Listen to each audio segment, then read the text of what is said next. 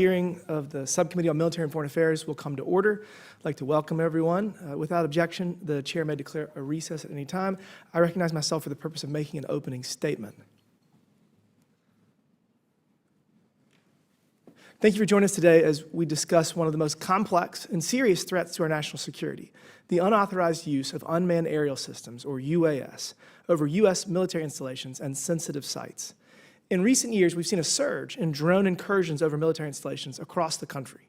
In 2024, the Department of Defense stated that there are more than 1 million drones registered in the United States and estimated that there are more than 8,500 drones flown legally across the country every day. I've even seen some of these drone incursions firsthand during my time in the South Carolina Air National Guard. However, these incursions are not from hobbyists being blown off course. The multitude of drones reported flying over bases in the past several years revealed a coordinated effort by our adversaries to collect valuable intelligence and surveillance of some of our most sensitive military equipment. These incursions often are designed to disrupt important trainings and create chaos for a number of reasons. Number one, base commanders have inadequate or non-existent monitoring capabilities. Two, a near total lack of counter-drone capabilities. Three, unclear standard operating procedures to guide base commanders' responses and decision-making. And finally, four, ambiguous legal authorities both on and off base. This threat is magnified by the complex regulatory and prosecutorial framework that was patched together by the previous administration in what I would argue is a poor attempt to address this issue. Right now, the Department of Defense, Federal Aviation Administration, Intelligence Community, Department of Justice, and Department of Homeland Security are all involved in some aspects of the counter-UAS efforts. As a result, there is no agency with primary authority on countering drone incursions, leading to confusion and, more importantly, gaps on how to identify and mitigate this threat. This interagency failure was on full display last winter when hundreds of drones were spotted in the skies above New Jersey and other parts of the Northeast. After several temporary flight restrictions and mass confusion among state, local, and federal partners, the Biden administration provided the public no answers what was happening above them. However, with only a few weeks of the current administration taking office, they revealed that the drones over New Jersey were actually authorized by the FAA. This instance raises multiple questions as to why the previous administration left the American people in the dark for over a month when they knew the simple truth. Another notable incident occurred at Langley Air Force Base in December of 2023. Over 17 days, unidentified drones repeatedly breached our sensitive military airspace, one of most America's critical installations. The F-22 Raptor squadrons were moved to alternate bases to lessen exposure, and discussions were initiated on installing physical countermeasures. These are not isolated incidents. In February, the commander of NORAD and NORTHCOM testified to Congress that there were over 350 detections of drones at 100 different military installations last year alone. Additionally, since 2023, 2 Chinese nationals have been arrested for illegally flying drones over military installations to conduct surveillance. One of these individuals was caught attempting to flee the U.S. and return to China with sensitive footage he had recorded. Today, this committee will hear from officials from the Department of Defense on what the Trump administration is doing to help combat this issue and bring an end to these illegal drone incursions. We must demand full accountability, expedited technological upgrades, and enhanced oversight to safeguard our sovereignty and ensure that our military remains unexposed to foreign surveillance and potential threats.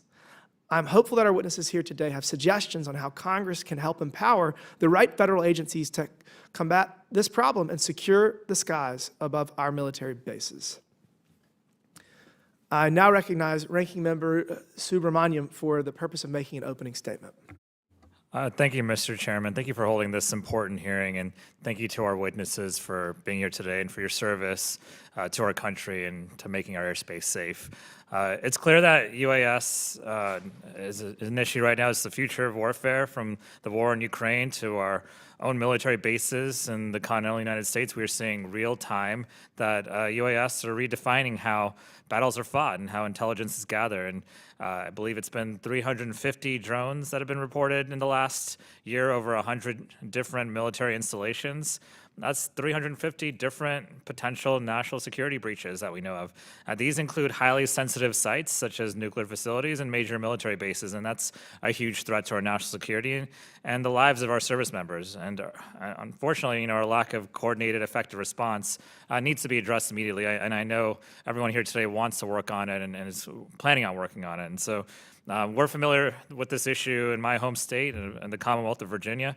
In December 2023, service members at Langley Air Force Base in Virginia saw drones hovering over their airspace for 17 days. And Langley, for those who don't know, is home to key national security assets like the F-22 Raptor stealth fighter, and it plays an important role in keeping us safe here in our nation's capital. And so we also have some important naval assets in that area too. And these drones demonstrated complicated aerial maneuvers and didn't just broadcast on known frequencies, suggesting that they weren't just a local hobbyist making an innocent mistake. As far as we can tell in Congress, there was and still is not a cohesive or coordinated plan for how we're going to deal with this, but maybe we can learn more today about what's happening now and what we can do moving forward.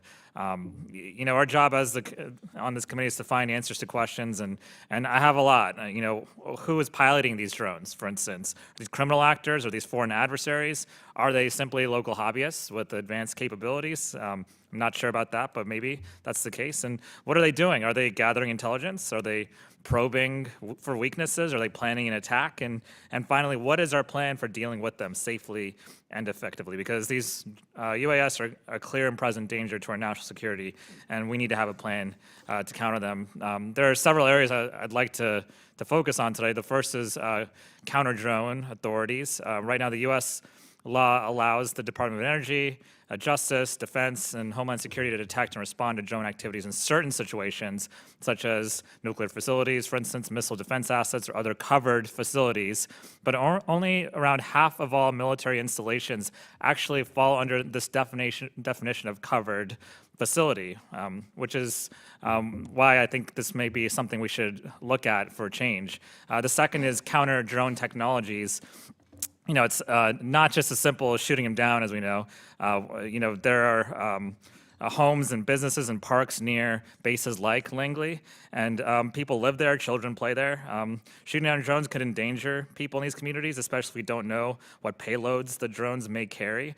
And a missed shot could also pose a threat to commercial air traffic as well. And so, we need to find a way to safely counter some of these incursions. And we have other technologies at our disposal, like jamming and disrupting and even taking over unknown or hostile drones, but there's a lot of work to do to develop these capabilities, and some of that work actually takes place in my district in Northern Virginia. And with that said, I don't know of a silver bullet, and so it's going to take a coordinated effort, I think, at the state, local, and federal level. And so we're all going to have to work together because everyone's got different jurisdictions. And I'd like to, on that front, see if we can work together and maybe have some sort of task force in place so that information is easily gathered and where everyone's up to date on the latest technology as well as the best practices. And so this is a very timely hearing on an important issue, and I want to work with my colleagues on both sides of the aisle to come up with a plan to protect our military bases and protect the American people. So I yield back. Thank you for that. I'm pleased to welcome an expert panel of witnesses for today's discussion. I'd first like to welcome Rear Admiral Paul Spedero, the Vice Director for Operations, or J3, for the Joint Chiefs of Staff. I'd also like to welcome Mr. Mark Ditlevson, who is the current Acting Assistant Secretary of Defense for Homeland, Defense, and Hemispheric Affairs. Due to unforeseen circumstances, the FAA is no longer testifying at today's hearing, but they have committed to answering in writing any questions that our members have. If any member has questions they would like to submit to the FAA following this hearing, please get them to staff for the FAA to answer. Now we're going to administer the oath to the witnesses. Pursuant to Committee Rule 9G, the witnesses will please stand and raise their right hand. Do you solemnly swear or affirm that the testimony that you are about to give is the truth, the whole truth, and nothing but the truth, so help you God? Thank you. Please take your seat. Let the record show that the witnesses answered in the affirmative. We appreciate you being here today and look forward to your testimony.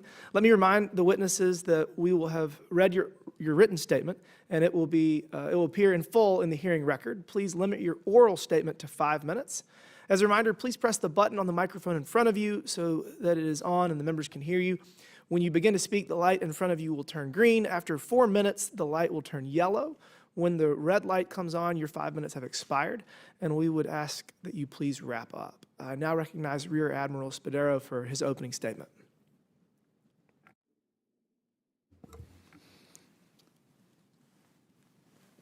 Good afternoon, Chairman Timmons, Ranking Member Subramaniam, committee members, ladies and gentlemen. Thank you for the opportunity to be here today, and thank you for your support and your oversight.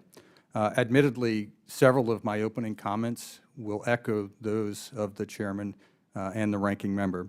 The rapid emergence, proliferation, and employment of unmanned systems has fundamentally changed the way that both professional militaries as well as terrorist organizations conduct warfare. Over the last few years, we have seen the employment of unmanned systems, in particular unmanned aerial systems, in every major conflict, from the Russia-Ukraine war to Iran's attacks on Israel and attacks against U.S. bases and ships across the Middle East. And most tragically, an Iranian-supported militant group successfully employed a one-way attack drone on Tower 22 in Jordan, killing 3 U.S. service members and wounding 40 on January 27, 2024. Here in the Homeland, as Assistant Secretary Ditlevson will note in his opening remarks, the mass drone incursions over Joint Base Langley-Eustis in December 2023 reminded us that the Homeland is no longer a sanctuary. And should our adversary choose to employ drones for surveillance or even attack, we would not be prepared to adequately defend our Homeland and only marginally capable to defend our military installations. The incursions over Joint Base Langley-Eustis were not the first. They've not been the last, but they were the longest and the largest series of incursions that we have seen to date. In the comprehensive review of that event, as well as in the actions we took in follow-on incursions like those that occurred over Plant 42 in Palmdale, California, and over Picatinny Arsenal and Naval Weapons Station Arel in New Jersey, have resulted in improvements. But more action is needed, and the Joint Force has made counter-UAS a priority line of effort. We are now better prepared to respond to incursions with the designation of Commander U.S. Northern Command and Commander U.S. Indo-Pacific Command as the operational synchronizers in their respective areas of responsibility. Last year, and within weeks of being assigned this role, General Guillot, the Commander of U.S. Northern Command, released a comprehensive commander's assessment that has served as a roadmap to building the necessary command and control and standard operating procedures to address the drone threat. Over the last year, we have also invested in education and training against this threat.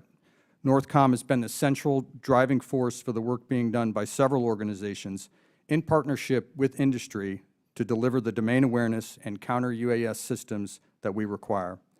And lastly, we are progressing well in our completion of the counter-UAS tasks assigned to us in the fiscal year 25 NDAA.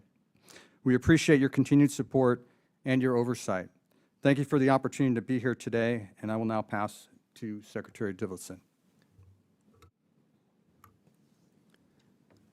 Chairman Timmons, Ranking Member Subramaniam, and distinguished members of the committee, thank you for the opportunity to speak here today. The events of December 2023 at Joint Base Langley-Eustis served to focus and energize DoD's counter-small UAS efforts in the Homeland.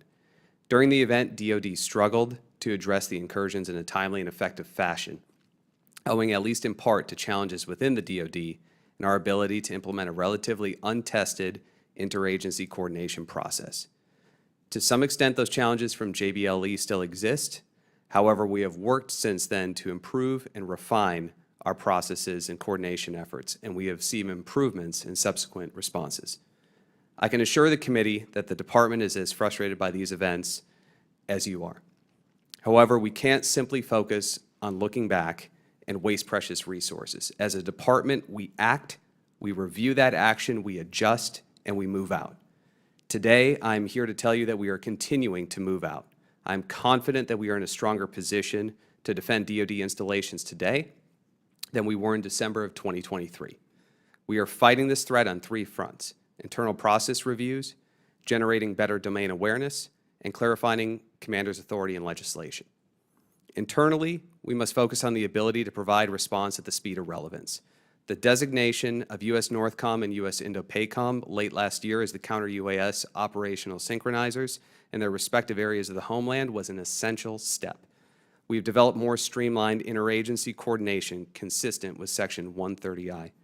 We are also conducting a comprehensive review, as requested in the FY25 NDAA Section 925, and where necessary, consolidating and updating DoD policy.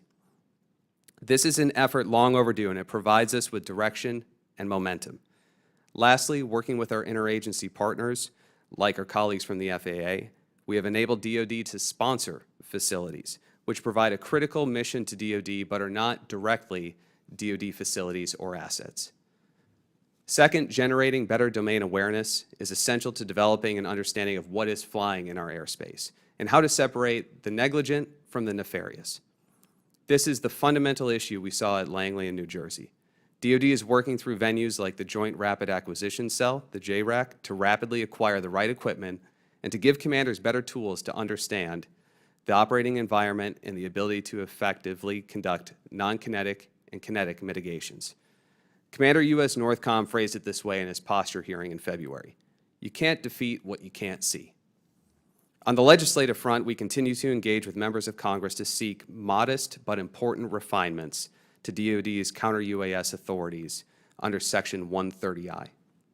Our legislative proposal is intended to allow the Department to protect additional locations and missions, add greater stability for long-term planning and resource allocation within the Department, and facilitate improved understanding and cooperation among the U.S. interagency and local partners. Ultimately, I believe we need to address all these issues with end users in mind.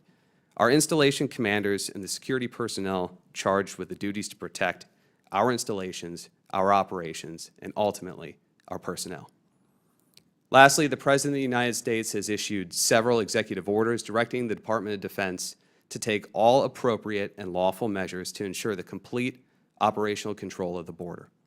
The Department, in turn, is responding by preparing the path for employment of counter-SUAS activities along the border, both in support of DoD interests and in support of DHS as the lead federal agency. As the operational environment, legislation, and threats evolve, policy must adapt to ensure DoD's ability to continue to advance our national defense objectives remains. Mr. Chairman, Ranking Member Subramaniam, and distinguished members of the committee, in conclusion, the Homeland continues to face increased and evolving threats from UAS. To address these challenges requires a whole-of-government approach and a unified effort. We must modernize the ability to assess the threat, determine its weaknesses, and acquire and deploy countermeasures. Thank you for the support of Congress and for your continued commitment and support of the Department of Defense.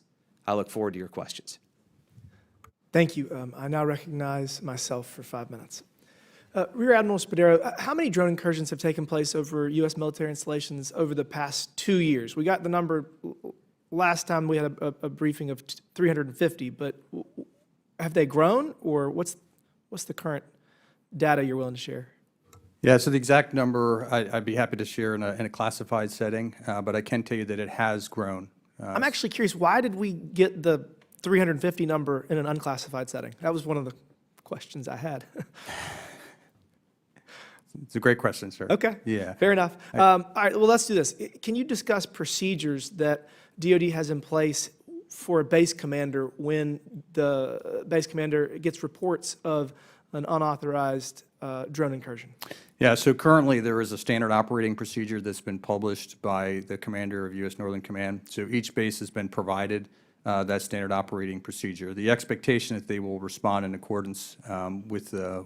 When was that? When was that created? It was just published here recently, within the last month. It Okay. was finalized and published. So what percent of base commanders have any technology to actually track drones as opposed to just, ooh, I saw a drone, and then you report it? Yeah, so the capabilities at each base is varied. Again, the specifics for the individual locations would be better in a classified setting, but it is not comprehensive, I can tell you that. It is not sufficient, and again varies from base to base, from very little to somewhat more comprehensive. Is that something that Congress can help with authorizations and appropriations to get additional resources? Because I think that I would feel that most bases should have at the very least, the ability to track. Whether they have countermeasures is a different thing, but is that something that y'all need? You need additional money? Yes, sir, absolutely. I think the development, fielding, the acquisition, distribution of domain awareness sensors is the critical first step. It's not the only thing. Obviously, we need a method to exert command and control so that we can build a common operating picture, because it will take layers of different sensors, because one sensor may be better against certain UAVs and certain flight profiles, and you may have to rely on different sensors to round out the picture. So being able to fuse all that together to get the complete picture will be necessary. And then, as you mentioned, getting to a point where we can actually respond, that's an entirely next investment that needs to be made. So yes, we do need more sensors. We're addressing the shortfall right now with the fielding of flyaway kits. So these will be kits that will be available for bases that have very limited capability to detect on their own and build domain awareness. And should they have an incursion that they're unable to resolve, they would solicit the help from Commander U.S. Northern Command, and this flyaway kit, as well as expertise and additional resources that would be required, would be immediately deployed to that location. So I guess resources are probably fairly easy, and y'all are going to work on telling us what you actually need from a technology perspective. But the other side is the authority. So, I mean, does a base commander have clear authorities what they can and can't do relative to whether the drone is in their airspace or just outside their airspace? And is that as big or bigger of a problem? So all of our installations have the authority that's afforded them under the standing rules of engagement and the standing rules for the use of force. In those rules, if they can establish that there's hostile intent or hostile act, then they not only have the authority, but they have the absolute right and responsibility to respond appropriately to protect themselves, forces, as well as DoD property. So those are standing rules that they have. Now, being able to discern hostile intent and hostile act, as referred to in the opening comments, may be very challenging. Is this negligent activity being conducted by someone just flying a drone irresponsibly, whether that is a recreational enthusiast or it is someone that's using a drone for commercial aspects? So it can be a challenge here in the Homeland to determine that. So a base commander has the authority to, for example, arrest a Chinese national that's a quarter-mile off base? He does not have the authority to detain someone that is off base. He would have to coordinate with local law enforcement to apprehend someone that is operating a drone outside of the base. Now, I know Secretary Ditlevson will talk about 130I authorities, which is something that we really do want to talk about today, because I think it's important. But under 130I authorities, there is some additional room to respond. For a covered facility, merely the presence of that drone conducting unauthorized surveillance or suspected of conducting unauthorized surveillance or interfering with operations, as you referred to in your opening statement about the interference with F-22 operations, that would meet the standard for response, rather than having to determine hostile intent or hostile act. Thank you for that. My time has expired. I now recognize the gentleman from Virginia, Mr. Subramanian, for 5 minutes. Thank you, Mr. Chairman. I wanted to go back to something I mentioned a couple of times, which is what is a covered facility and a not covered facility. And Real Admiral Spedero, if you're not a covered facility, what does that mean? Like, does that impair your ability to respond? And what do covered facilities have that non-covered ones don't? It's if you're not covered, you can request to be covered, but you'd have to meet the criteria to become a covered facility, and that is one of the problems with the 130I authorization, is meeting the criteria for covered. An example of this would be Luke Air Force Base, where F-35 training takes place for roughly 3/4 of those that fly F-35s, and it is not a covered facility because training facilities are not covered. So it would be problematic to actually get approval for Luke Air Force Base to be a 130I. Now, as I mentioned earlier, under 130I, if a drone is conducting unauthorized surveillance or suspected even of conducting unauthorized surveillance, then the base commander would be able to respond to that. Unauthorized surveillance may or may not meet the criteria of hostile intent, which would give you the authority to respond under the standing rules of engagement and the standing rules for the use of force. So it relieves some of the burden on that base commander to determine that there is an imminent threat.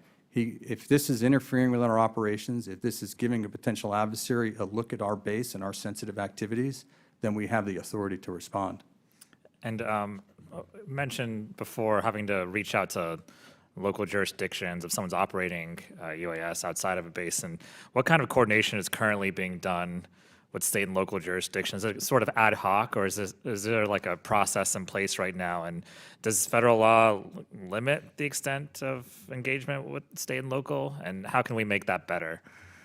Yeah, thank you for that question. So each base commander, one of his imperatives is to build relationships with the local community. That would include law enforcement agencies. It is covered extensively in all of the base commander courses. So they're part of their training and their education program before they assume command is building how to build those relationships, the importance, what the limitations of those are. So each individual base commander is responsible.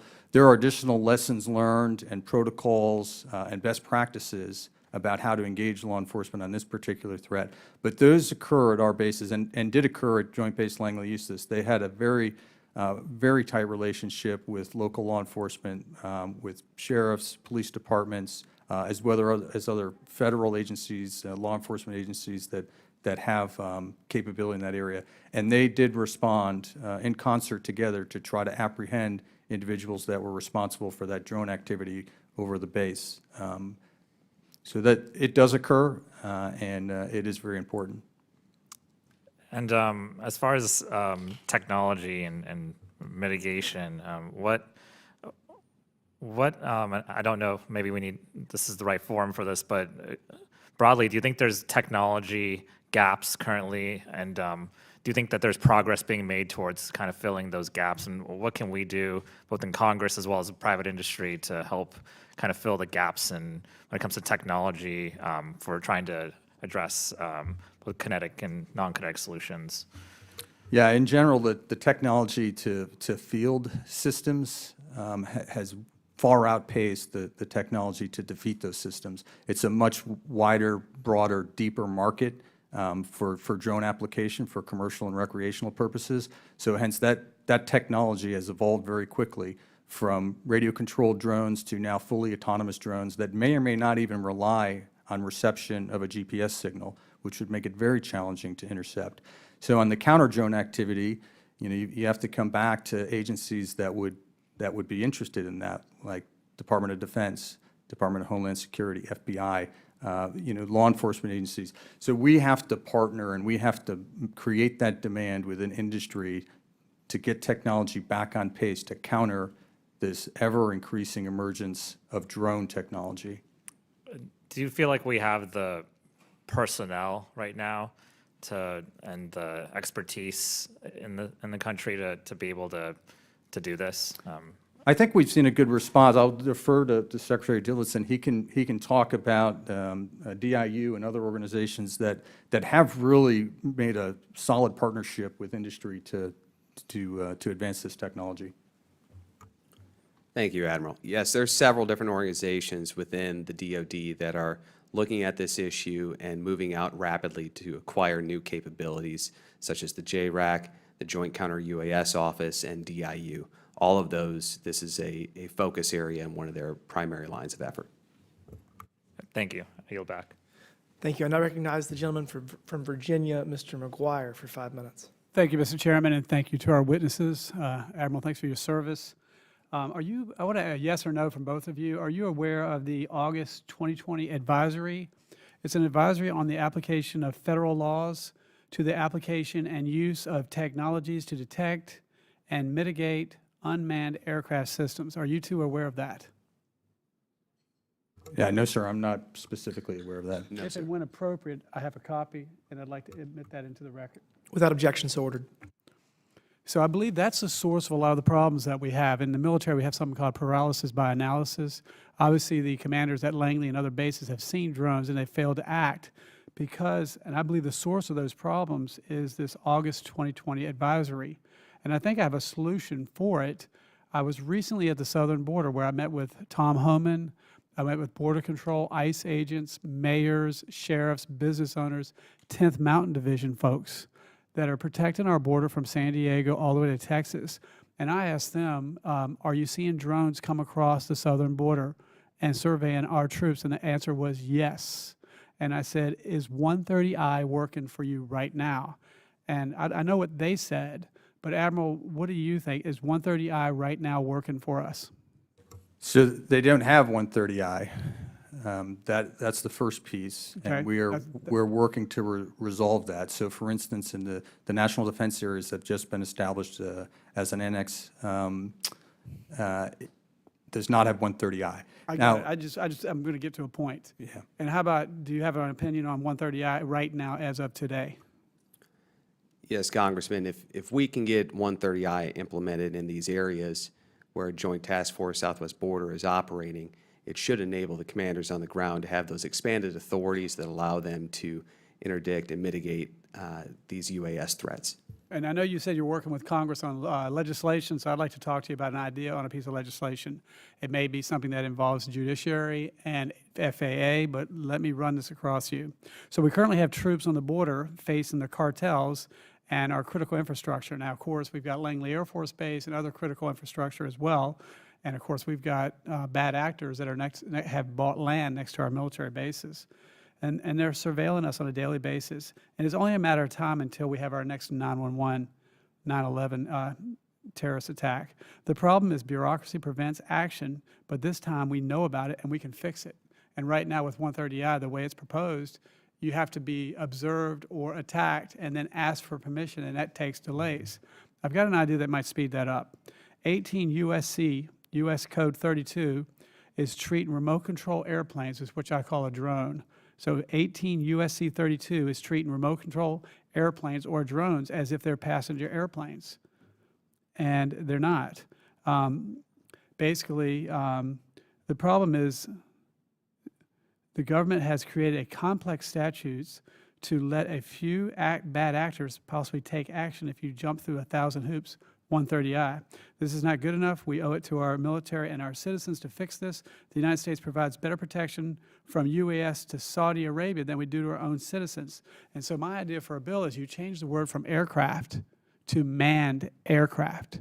Because I think every commander is afraid that if I shoot down a remote control airplane or a drone, no one's going to back me up. I think I remember hearing the Langley commander say, are you guys going to back me up? Are you guys going to back me up? And no one answered. That may not be 100% true, but Admiral, do you have any comments on that idea? Yeah, this is the burden of command, and you need to understand that if there is something that is assessed as a threat to your forces or your installation, then again, you not only have the authority but the responsibility to act. I would counter that they have authority right now on the southwest border to engage UAS.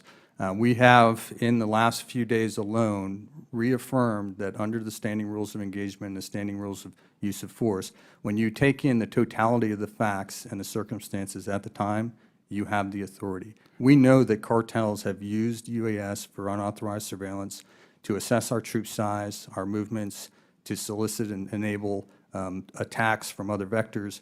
We know that they have used drones and kinetic attacks against Mexican military authorities. I just returned from the southern border, and I asked the commander from Texas to San Diego if he has authority to shoot down drones that he's looking at, that's looking at his troops, and he still is not sure. I just left the southern border, and I think it goes back to that advisory. That advisory has created a stigma, and I think that we can mitigate or overcome that if we just change the word from aircraft to manned aircraft, and then they won't have such a huge penalty if they shoot down a drone. And certainly if someone wants to prosecute somebody for shooting down private property, there are plenty of laws on the books for that. Well, with that, I have no further questions. Thank you, Mr. Chairman. I yield back. Thank you. I now recognize the gentleman from Massachusetts, Mr. Lynch, for 5 minutes. Thank you very much, Mr. Chairman, and I want to thank the witnesses for helping the committee with its work. I do have to say that I would prefer that we were reviewing the facts of the signal chats that were conducted by Secretary Hegseth and the Trump leadership team in order to get to the bottom of that.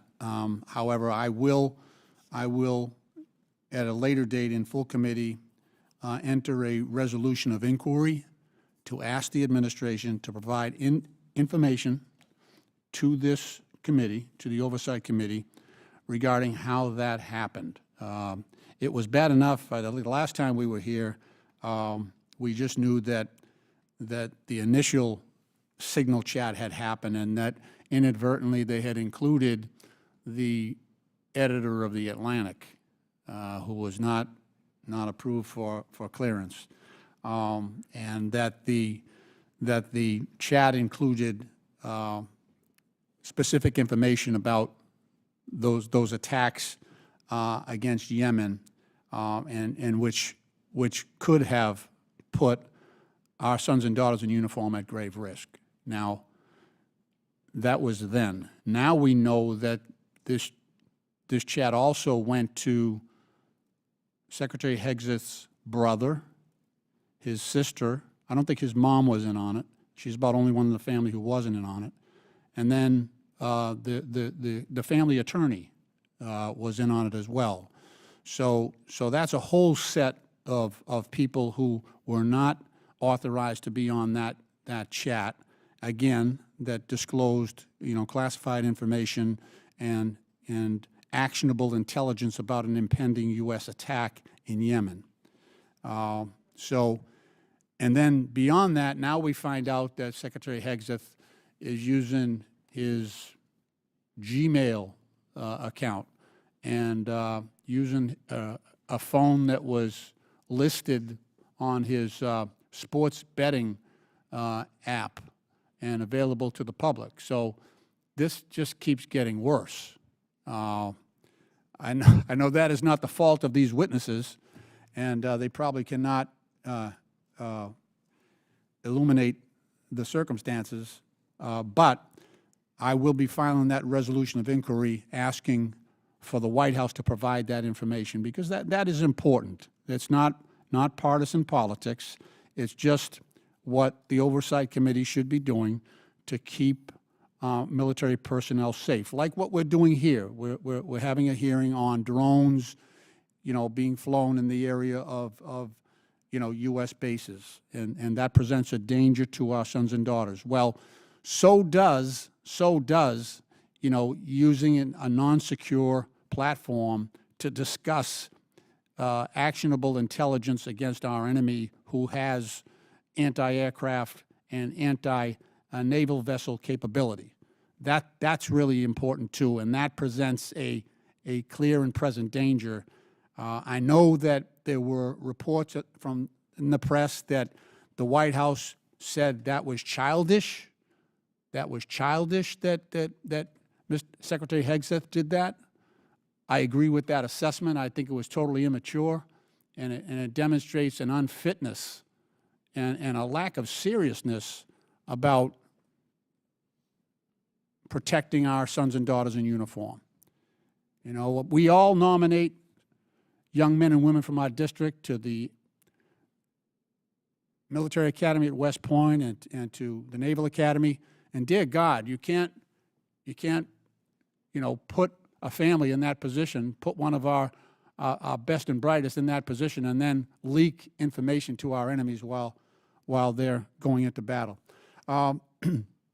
Okay, so this committee, myself included, investigated an attack, 2020 attack by al-Shabaab at Manda Bay in Kenya. That was a drone attack. Several recent base attacks overseas, in fact, have involved the use of drones. So, Admiral, how has our profile, countermeasures against drones, how has that changed since those initial attacks back in 2020 that resulted in U.S. casualties? Yeah, so since that time, we've fielded a number of new systems across a variety of the spectrum, electromagnetic as well as electro-optical and infrared sensors to build our domain awareness. We've also fielded a number of kinetic systems that shoot interceptors or use some sort of munition, and they're deployed at our most vulnerable and most likely to be attacked facilities overseas. That is where the bulk of our counter-UAS capability is actually located, is overseas, and hence the problem here in the Homeland is we have very limited and sparse and distributed capability across the multitude of installations we have.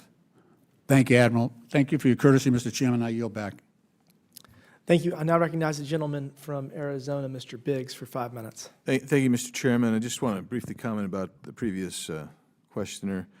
Once again, going with the woke media story and not bothering to mention the success of the strikes which restored freedom of navigation, protected shipping lanes, kept Americans safe.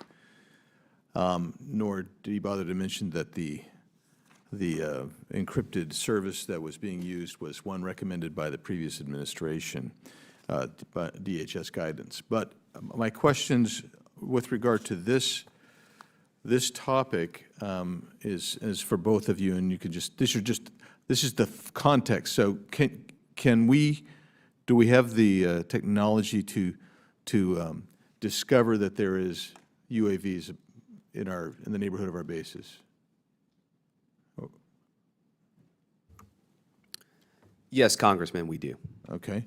And can we track, if a UAV is there, can we track it? We have the technology to track it? Yes, Congressman. Okay. And then you could interdict it if you chose to at every base? We have different options for interdiction, Congressman, across a spectrum Right, for the but- commander to use their best judgment. But you could interdict if you chose, if you so chose, and you have authorities under 130I, perhaps, depending on the command chain there, right? I mean, you could make that point, right? Depending upon the installation and whether it's a covered installation, Congressman, you would have the 130I additional authorities. But as the Admiral has said, there's always the ability to respond if there's hostile intent for that base commander. But you have to determine hostile intent, and that's the problem, right? Admiral Spedero, could you explain how unauthorized drone activity, even when it's caused by recreational or commercial users, diverts critical security resources away from responding to legitimate national security threats, please? Yes, Congressman, thank you for your question. If we go back to New Jersey and you know, that activity, once the FAA put the temporary flight restrictions in place, and there was, you know, very broad and comprehensive coverage of that by the media. Many of you spoke about it. Many of the members of Congress talked about the anxiety that was building in the community due to the high level of sightings. Once that word got out, that public messaging about responsible drone use, once the word got out about the flight restrictions, we saw a rapid decline in the number of sightings. The drone activity essentially went away. And we don't want it to get to the point where we have to do that every time. If we can message to the public that responsible commercial and recreational application of your drone is an imperative to prevent diverting our attention and our resources, both from investment, training, and response, we're going to be better at defending the homeland. But if we have to continually be aware of negligent drones flying into our base, it is going to divert attention. That's not to say that we don't need to address this threat, because as was brought up by this committee, and we agree with, our adversary has demonstrated that they will use this type of activity for unauthorized surveillance, for espionage. Yeah, and let's add to that for a second, and that is the coupling of AI, which is moving rapidly forward and providing autonomous navigation, obstacle avoidance, deep learning, computer vision, easier to become weaponized, real-time image recognition, target identification. So I would like briefly, if you could, either one of you want to talk about the threat of AI going to, coupled with drone technology, to become an increasing, actually exponentially increased threat to our national security. Congressman, it's a great question. Thank you for that. On the policy side, we need to make sure that our regulations internally at the DoD are streamlined to the extent that we stay at pace with the threat that we face outside the fence line of our installations. We need to make sure that we are giving the commanders on the ground clarity on what they have for authority and providing them the capabilities to counter those threats. Now, I think the Admiral can speak better as far as what is actually being developed at this time and how far ahead we are in counter-UAS technologies.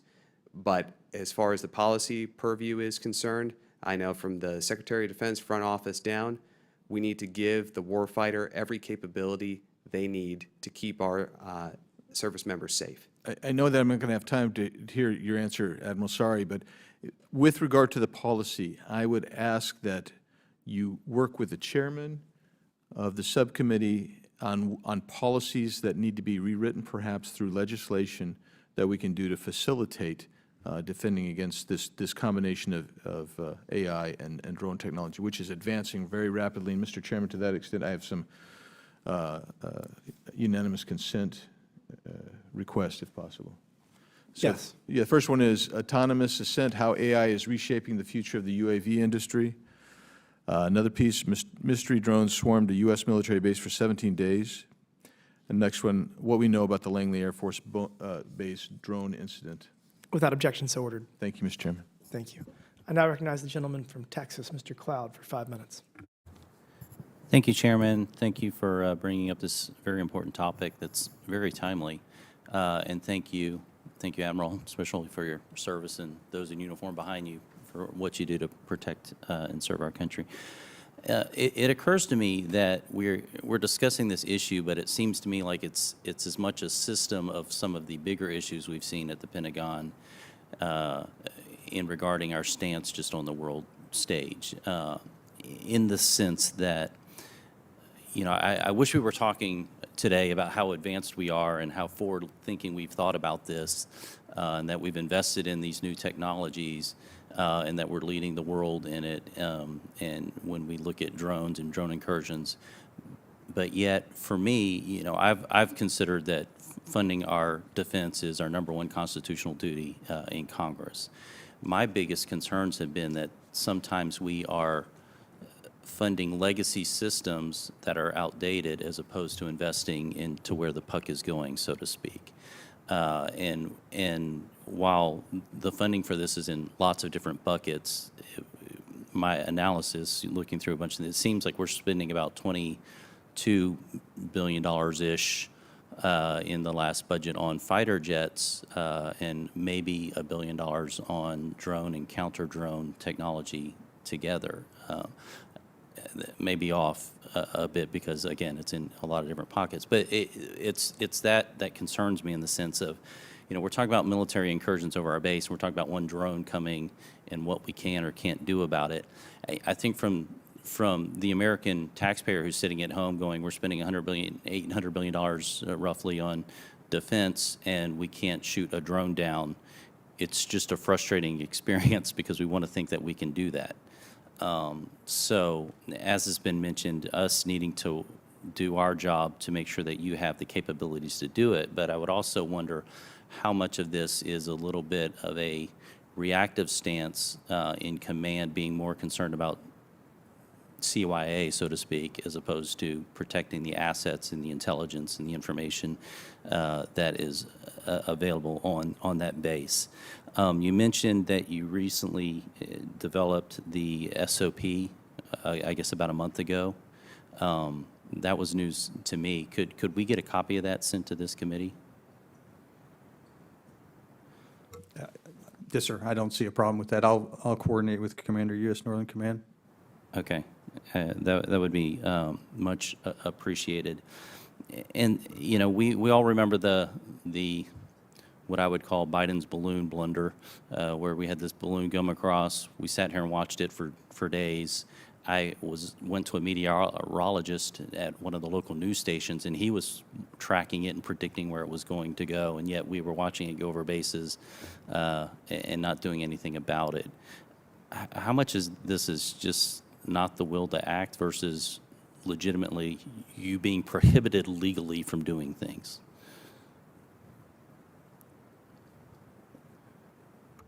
There's a difference between not having a clear authority and being prohibited from doing something, I guess, is what I'm trying to drill Yes, down. Congressman, that's a great question.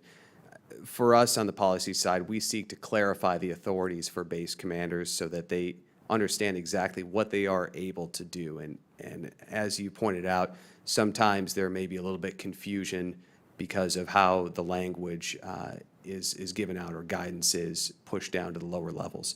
During our review of counter-UAS policies as prescribed in Section 925 of the FY25 NDA, we've gone back and we've reviewed all of our counter-UAS documentation. For example, Section 130I, it was at about 130 pages. We've cut that down to 20 pages now. So we're looking to streamline our processes as much as possible so commanders understand what they have for authorities.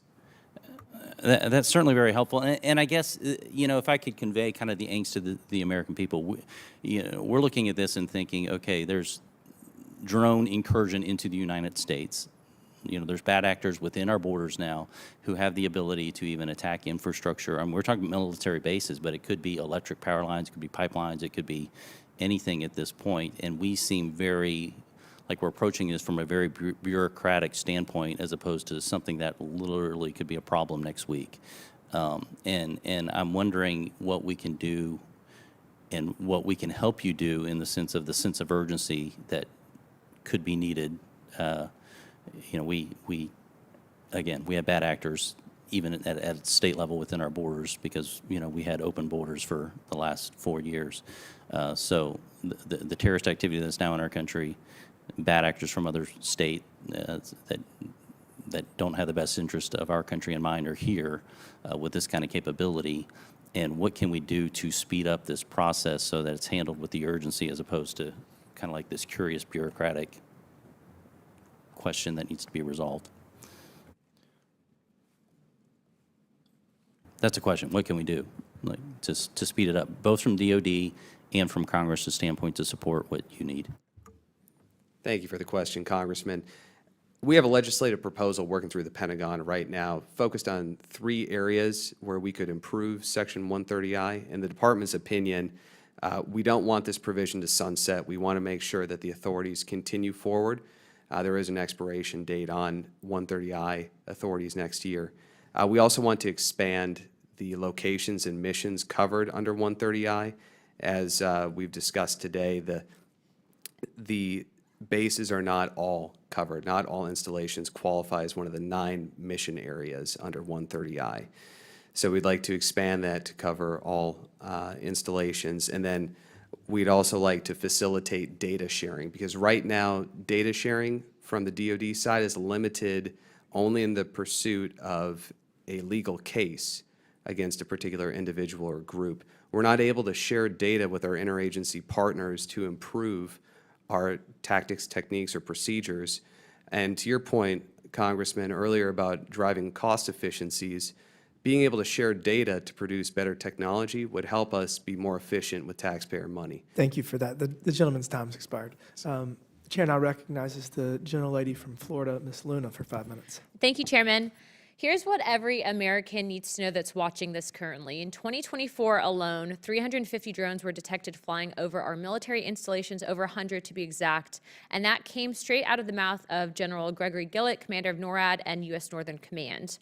These were not just toys, these were intelligence gathering, signal jamming, and potentially weaponized drones. These incursions happened while the Biden administration sat on their hands, allowing bureaucracy and interagency dysfunction to run the show. I see a lot of military here right now. You guys all know that bureaucracy many times can be our worst enemy. Now that President Trump is back in office, thank God, we finally have strong leadership again, but cleaning up Biden's national security blunder is no small task. Our military installations are still extremely vulnerable.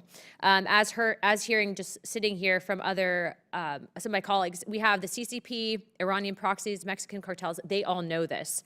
We are here today to fix that, and let me be crystal clear. As I'm sure many of you would agree, if you are flying unauthorized drones over military installations, you should expect it to be shot down. Don't expect Uncle Sam to pay for either. My opinion is play stupid games, win stupid prizes. Now, Admiral Spedero, I've heard directly from General Gillett in February, 350 drones incursions over 100 military installations in 1 year. I know that this is not your fault directly, but this is a massive security gap and an utter failure. Under current authorities, what is preventing base commanders from neutralizing these immediately, in my opinion, going out there with a shotgun and shooting these things down? Well, thank you, ma'am, for the question. I wish it were as simple as shooting it with a shotgun, but it's not. Depending on elevation, but what's stopping it? Is it still the bureaucratic red tape and sign-offs? Because in my opinion, if you're flying something like this that can collect jammed communications, maybe carry explosives, collect surveillance on classified systems, I don't think that you should have to be required to make a phone call. I think that if you see it, you should shoot it down. Yes, under 130I, unauthorized surveillance would meet the standard for engagement. If it were interfering with your operations, it would meet the standard for engagement. If you're not at 130I, then again, back to the rules of engagement and establishing hostile intent or hostile act. But you may get there. So just the presence of that drone over your base may meet hostile intent or hostile act. There is not a set of circumstances I can tell you in every case and go down a checklist, okay, you met it, go ahead and shoot.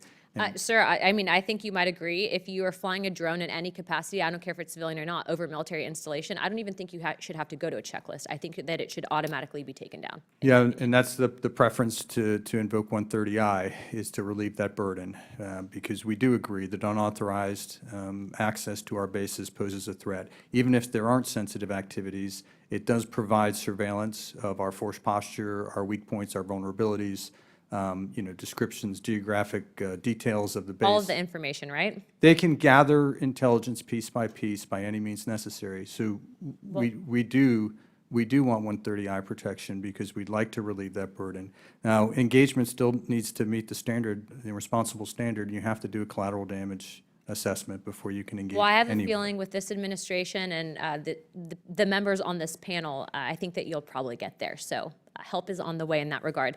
Mr. Ditlevson, hopefully I said that okay. Do you believe that foreign adversaries like China and Iran exploit the jurisdictional chaos under the previous administration to increase their drone activity over U.S. territories?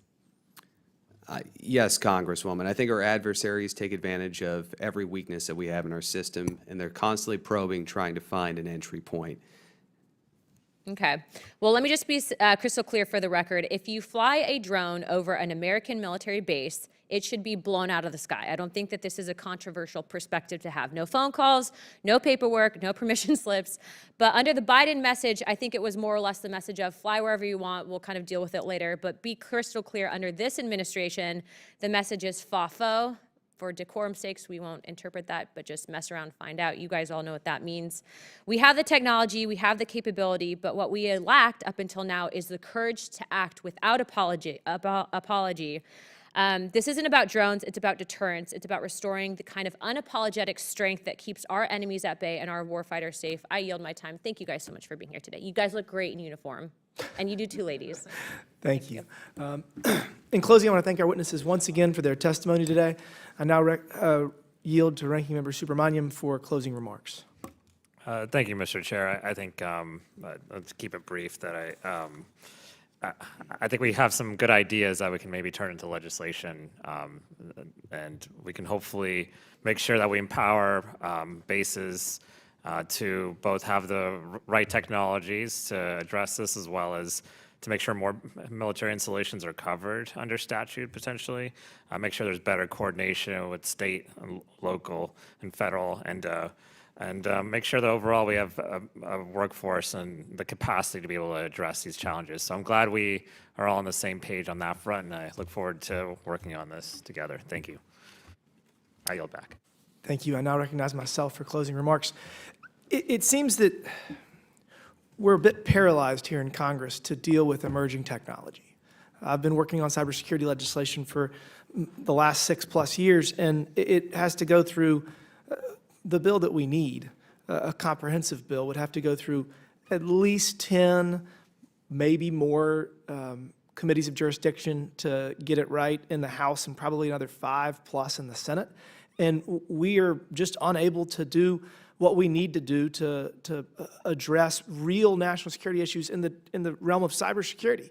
And I fear that it's going to take some tragedy to cause us to act in that capacity on cybersecurity. I don't think drones are much different, both because of the complexity, the challenges that we face from a legislative perspective, whether it is authorizing and appropriating the money to purchase the necessary technology to monitor, to then engage with and disarm drones that are posing a threat or whether it's the authority side to address the legal concerns that are very real. And it's probably not going to get done in one bill. It's going to probably be a number of bills. And, you know, there's going to be a lot of interest surrounding how we do it. You know, as I think about this issue, the Chinese New Year drone was one of the most amazing things I've ever seen, and it also was very troubling. That display of, I mean, I guess it was an AI-enabled drone swarm that was basically providing entertainment. But while it was very entertaining, it's also terrifying. And I think that the capabilities of our adversaries and seeing how war has evolved in Ukraine and how the Russians and the Ukraine military are largely relying on drones. I mean, there's a huge portion of that conflict is being used as technology as opposed to traditional warfare. So we've got to get moving on this. We have to enhance our capacity. We have to, Congress has to act, but a lot of this is the private sector getting up to speed. A lot of this is our Defense Department telling us exactly what they need. And we don't have time to waste. We've spent enormous amounts of resources to make sure that we have a 24/7, 365 air alert mission for fighter jets to be deployed. And I'm not sure how good that capacity is right now, considering that a couple dozen drones could severely impede our ability to get jets off the ground. So, I mean, this is a huge, huge challenge, and we need to act before it is too late. I appreciate y'all taking the time to come here today. It seems that we are moving in the right direction, and I appreciate your work to help get us where we need to be, and I look forward to working with my friend, the ranking member, to craft some legislation, and I will, with that, I will yield back. Thank you again for being here today. Without objection, all members have 5 legislative days within which to submit materials and additional written questions for the witnesses, which will be forwarded to the witnesses. If there is no further business, without objection, the subcommittee stands adjourned.